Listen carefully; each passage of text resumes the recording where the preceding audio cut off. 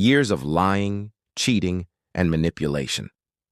I found out the shocking truth about my wife's affair and how I uncovered everything. Here's the story of betrayal and secrets.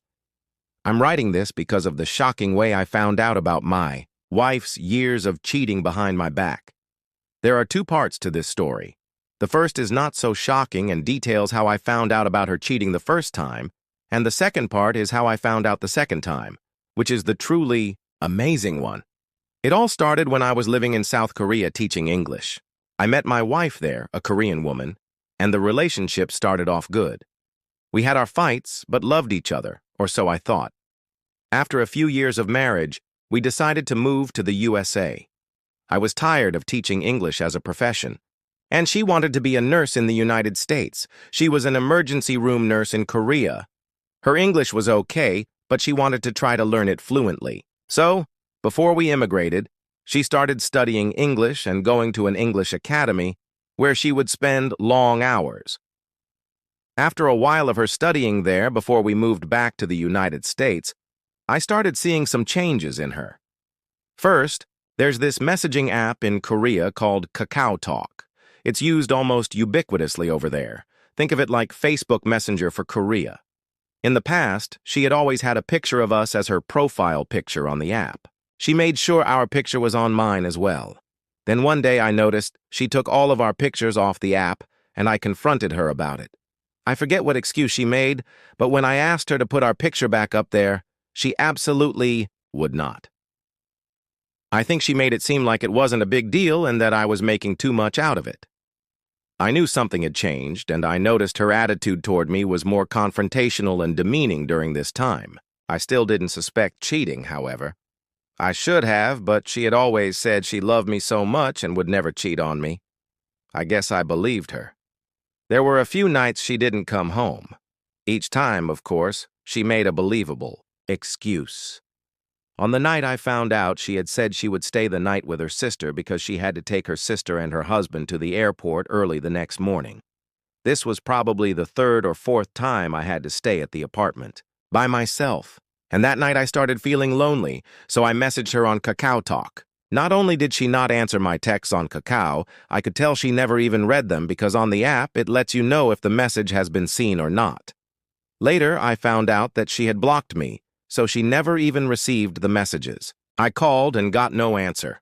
I waited a bit longer and called again. Still no answer, of course.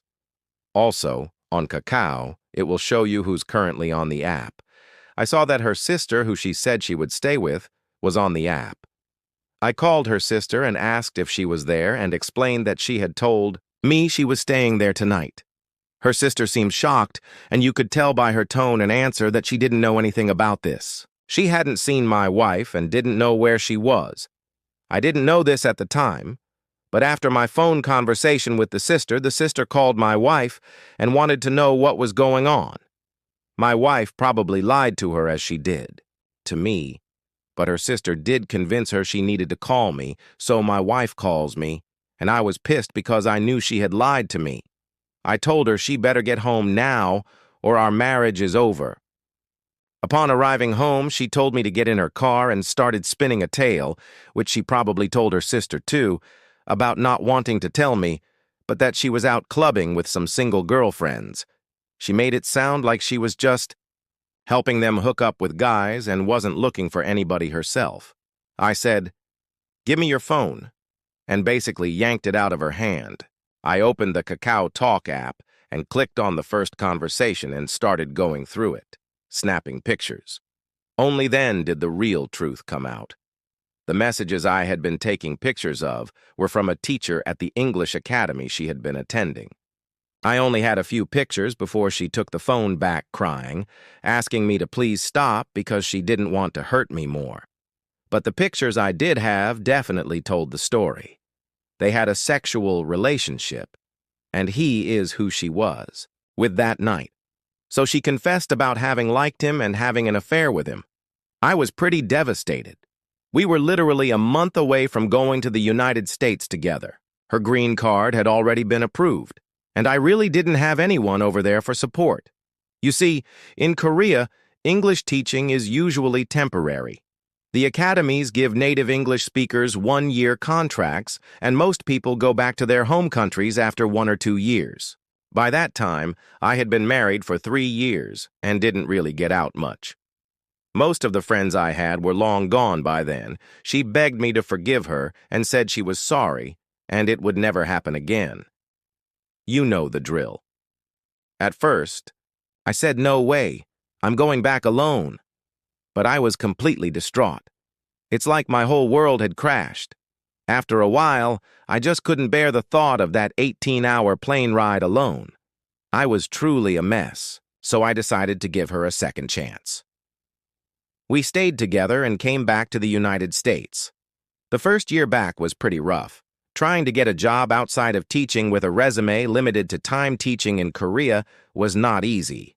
I ended up surviving mostly doing DoorDash and some part-time work.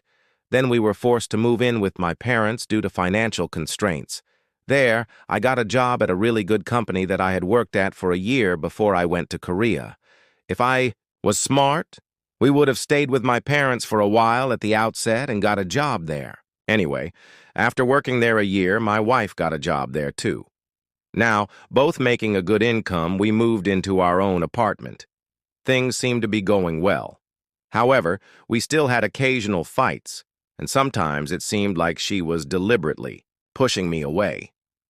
Some of the things she would get mad about, I would scratch my head and be like, why in the hell is she complaining over this? One time, I remember, I always used to leave my Monster Energy cans by the sink so I could dump them the next time I did dishes. Usually, I never finished the whole thing and would just leave them by the sink. She never, that I remember, said anything before about not wanting me to do that. But one day she just got angry and said in an angry tone something to the effect, "Why do you leave those there? I told you not to do that. Dump them in the sink right now or next time I will. Pour them all over your pillow." When she got angry, she was very demeaning toward me and said some nasty things. She would apologize later, but due to our continued arguments and distancing, we did decide to get divorced around the fall of 2024. She had been going back to Korea for a few weeks to visit her family and friends almost every year since we moved to the United States. That year, 2024, she was going back in the winter. Our divorce proceedings were still going through at that time. We were still living together because neither of us had the money to cut our lease and move out. And we were living as friends, even friends with benefits. I still loved her after all. While she was in Korea, one day she called me crying and told me she had received an angry Kakao Talk call from the wife of the man she cheated on me with 4 years earlier. My wife claimed she confessed to the woman everything that had happened between them. Later, she said the woman sent her a legal notice threatening to sue her. That's right. Even though adultery is not a criminal offense in South Korea, apparently, it's still a civil offense and you are allowed to sue the person your spouse cheated on you with for compensation. As an American, that seems really odd, but it's true. You can do that in South Korea. I was flabbergasted. She had to tell me because now she was scared of the legal consequences and needed money to pay for a lawyer to defend herself. She asked, my help in getting a 401k loan from work to pay for it. I asked her how his wife could have found out about something that happened so many years ago. She explained that they had communicated about their affair through essays she wrote while attending the English Academy and that she must have read those. So I thought maybe he cheated again recently in a similar way with another student and she found out. Then she started looking into his files and found those essays. I did really question the timing of all this, though. It seemed very odd that she suddenly contacted my wife at the time my wife was in Korea. I mean, what are the chances? She could have found out about his cheating any time in the past 4 years, but happened to find out while my wife was in Korea. It did seem like odd timing. It seemed more likely that maybe something happened between my wife and him while she was over there and the wife found out. I told my wife that, but my wife was adamant that there had been no meetings or communication with him since the original cheating took place before we came to the United States. So, stupidly believing her, all I could think was that he must have cheated again, and then she dug into his files and found out about my wife and him many years prior. Since she was already over there, she used her credit card to hire a lawyer. She had me sign over rights to be able to sue the guy she cheated on me with on my behalf. Since we were still legally married in Korea, I was able to sue him. I didn't really want any part of it, but all I had to do was agree to allow her to sue, and then she would take care of it. A couple of months passed, and then the guy she cheated on me with, of course, found out he was being sued by me. So I don't know how, but he somehow got my email address and contacted me. What he told me put me in an utter state of shock. He apologized, of course, and was very sincere. He told me they had met when she went back to Korea in late 2024. She had contacted him the day after arriving in Korea and wanted to meet. At the time, he was trying to have a second baby with his wife and didn't really want to meet her, but he was worried that if he ignored her, she might escalate the situation further and even involve his wife. They had lunch together and she wanted to have sex with him, but he pretended to ignore her and dropped her off at a subway station. A few days later, she texted him saying she still had deep feelings for him and asked if he felt the same way. She wanted to meet and have sex. Trying to finally make things clear, he told her directly that he did not have any such feelings for her and did not want to meet her again. That's when apparently my wife went into a fit of rage. My wife must have gotten his wife's phone number from his car or maybe looked her up by name on Kakao. It turns out my wife is the one who contacted his wife and confessed everything. I know because I asked the man for proof. He sent me pictures of the messages my wife sent to his wife on Kakao. So it turns out that that man's wife would have never known if my wife hadn't reached out to her. After his first email to me, before he even replied to my follow-up questions, it just clicked in my mind. What he was saying was way more believable than what my wife had been telling me. Something had indeed happened between them the last time. She visited Korea.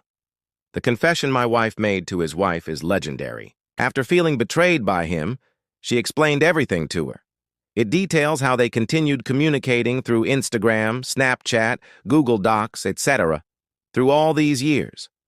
They met in 2023 when my wife went on a trip to Korea, and my wife even booked the hotel.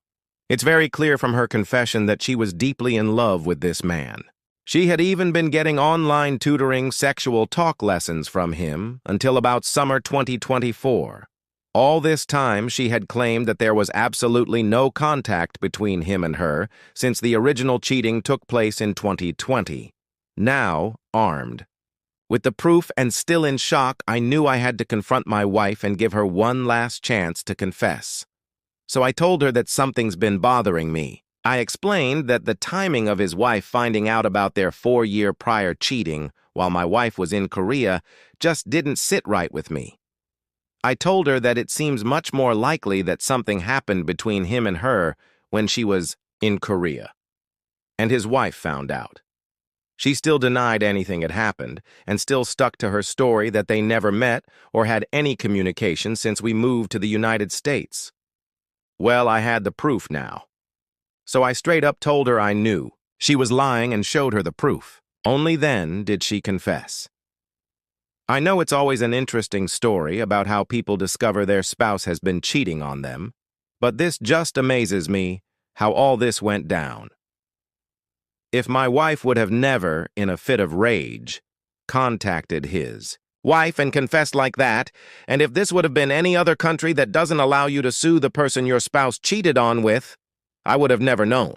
It's only because of this lawsuit that he would have ever contacted me and told me the truth. I know I was not the best husband, and communication was always a bit of an issue due to the language barrier. I think during the time she spent at the English Academy, they must have really connected.